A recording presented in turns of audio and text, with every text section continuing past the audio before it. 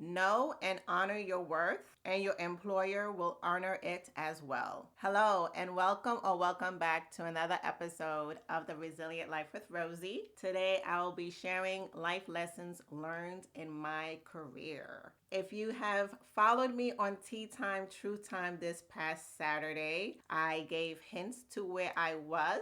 If you have not watched the final 4 tips on life lessons and finances, make sure to watch that Tea Time, True Time episode only in the YouTube channel, which is under Rosie Resilient, and it is in the description. I was in Cartagena, Colombia, which is beautiful. I enjoyed the sunshine. I enjoyed resting my mind, especially with a lot of things that have been going on since I started this entrepreneurship journey. It was very much needed. I'll be sharing story time first. All these lessons I've learned in my almost 20 years as a physician associate. I am currently starting my entrepreneurship journey since August and being a mindset coach, as well as writing my second book, which I hope to have published by February and finish writing by the end of this month. Any personal challenge that therapy could help with, therapy can provide tools to approach your life in a very different way. And that's why I'm excited to tell you about today's sponsor, BetterHelp. BetterHelp is a platform that makes finding a therapist easier because it's online, it's remote, and by filling out a few questions, BetterHelp can match you to a professional therapist in as little as a few days. It's easy to sign up and get matched with a therapist. There's a link in my description. It's betterhelp.com/theresilientlife. If you are struggling, consider online therapy with our sponsor, BetterHelp. Click the link in the description or visit betterhelp.com/theresilientlife. Also, it gets you 10% off your first month of BetterHelp so you can connect with a therapist and see if it helps you. Again, click the link in the description or visit betterhelp.com/theresilientlife. Thank you again, BetterHelp, for supporting this channel. Now back to our episode. In my first job as a physician associate in New York, everything was smooth until I moved to Georgia. It is amazing how people are different in America. I thought in America everyone should be the same, but au contraire, there is a different mindset in New York that is different from people in the South, especially in Georgia. One lesson I learned is to set boundaries with everyone from the jump. I had people the first day I came into the door say, "Oh, hi, how are you?" And I say, "Hey, I'm well, thank you. Do you have any kids?" And I thought, I don't even know your last name. You don't know my last name. Why me having kids is any of your business? People down here just want to know everything about you the first week, the first day of employment. And I was taken aback, and I had to politely, respectfully say, "I don't want to share this information with you." And of course, I got the look as if I'm a mean person. And to me, I believe I am not. I just wanted to respect my boundaries of my personal life, which I believe is none of anyone's business until I disclose it to you voluntarily. And that because it is asked doesn't mean I have to answer it. Just me. Let me know if you feel the same way.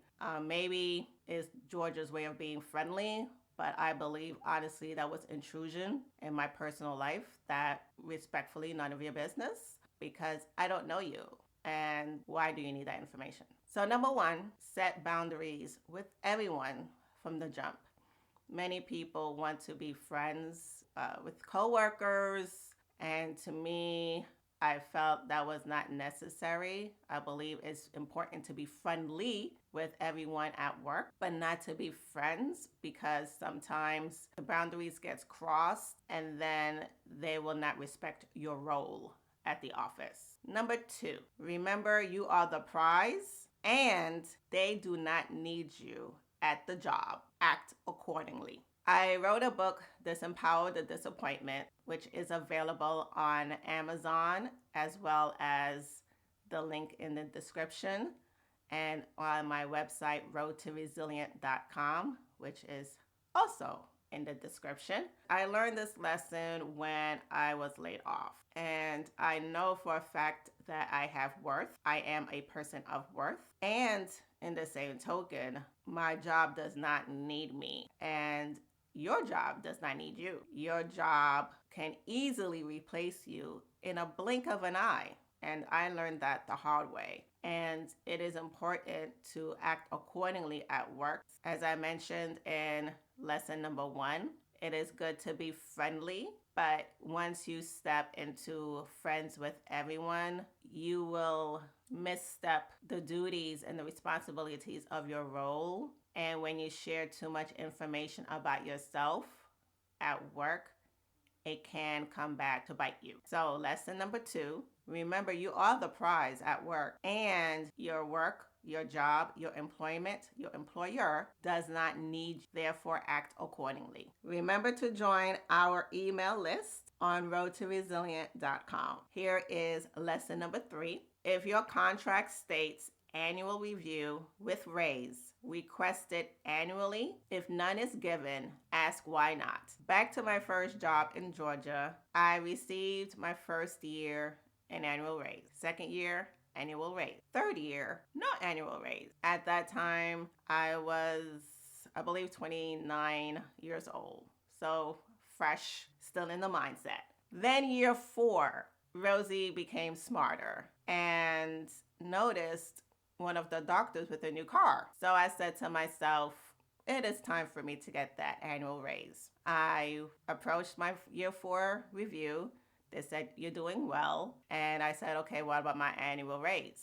Once again, they said no, and they said they don't have enough funds to grant me my annual raise. I said, okay. A week later, I gave a resignation letter and said, I'll be resigning within 2 weeks. They were shocked. And let's say a few days before my final day, they said, what do we need to do for you not to leave? I said, grant me my raise. And then they granted me my raise. Then year 5 came about. And let me go back. 6 months before year 5 came, I was ready to leave. I felt I was not appreciated at my job. I felt I was taken advantage of, and I had enough with the staff as well as the doctors, and I wanted out. And January that year, I was looking for another job. Put in the application. I did all the paperwork. All I needed to send was this final paperwork that they needed from me. And then God told me in my spirit, do not send the paperwork. God knows me well. I had a back and forth conversation with him. I'm just like, God, come on. You know I need out of this job, and this is where it is. God said no. I said, okay. I stayed another 6 months to fulfill my 5 years. And this time I gave a resignation saying I'm leaving. Of course, they did not believe me because the year prior I gave it and I stayed. And they said, well, we can't give you an increase. I said, that's fine. I'm legit leaving. I don't want to be here anymore. When it was time to resign, I so forgot that my 5 years meant I was vested in the company and I received my vested money. And I said, praise the Lord. I stayed the full 5 years because I forgot about it. I just wanted to get out so badly. And I was able to get my 5-year vested money, and on top of a few days unpaid vacation time that I did not take. And I was very, very thankful that God told me to stay and that I obeyed, because I would have missed out. And the crazy part about that whole scenario is that after I left, all this drama happened of the management, and one employee got fired, and then the other person who replaced me left a year later, and the income that I requested, they actually gave it to her and wouldn't give it to me, which is crazy. But God is good. He protected me. Lesson number 3, if it states in the contract annual raise with review, request it annually.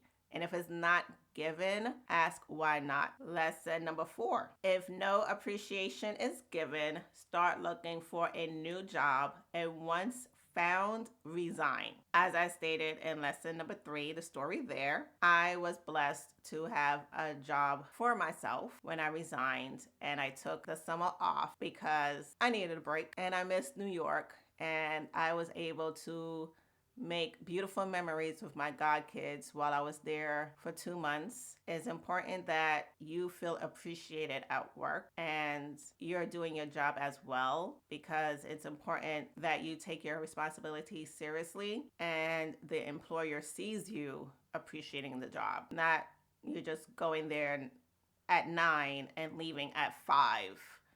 You are there at 8:30 and you're leaving at 5:30. You're showing that you really appreciate your job. And if you feel like a robot at your job, it's important to make sure while you're at the job that you have a security with the next job that you want, versus just leave and have nothing to look for. Especially with this job market, sometimes it's good and sometimes it's bad, and it's best to have a job waiting for you to go to versus nothing at all. So number 4, if you really want to look for a new job, look for it while you're at work. And then once you have that job security of the next job, then resign. Remember to follow me for the last 4 tips of lessons learned in my career on Tea Time, Truth Time, which is only on the YouTube channel under Rosie Resilient. Remember to subscribe, share, like, and comment.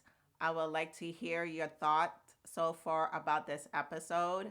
If you had your own life lessons learned in your own career. And number 5, in the book of Ephesians, chapter 6, verse 7, it states, work with enthusiasm as though you were working for the Lord rather than for people. Also in the book of Colossians, chapter 3, verse 23, it states, work willingly at whatever you do as though you were working for the Lord rather than for people. Lesson number 5, work as if working for God. I know sometimes the employer could be a lot of bad words and you just want to leave, but it's important that you remember that you came there to do a purpose and you're there to solve a problem. And as long as you're solving that problem and you are feeling good of solving that problem, just look at the employer and look who's above the employer, because who's above the employer is God. And as long as you keep your eyes on God and not the employer, you stay there until God says otherwise. For me, as I mentioned earlier, God told me to leave the job and to wait